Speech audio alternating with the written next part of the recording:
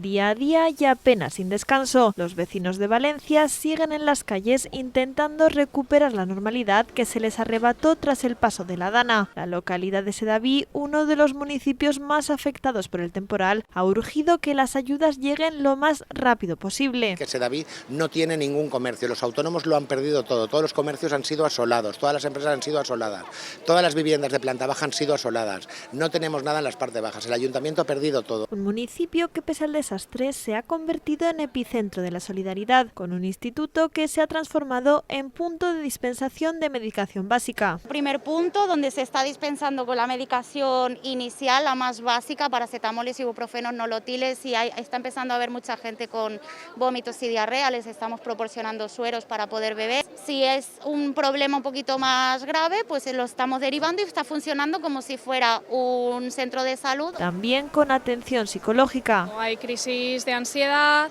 hay familias todavía desesperadas porque todavía no han podido despedirse de sus seres queridos, otros están desaparecidos. Y a su vez, en este municipio, con ayuda de efectivos de emergencias, continúan trabajando y hoy limpiaban uno de los colegios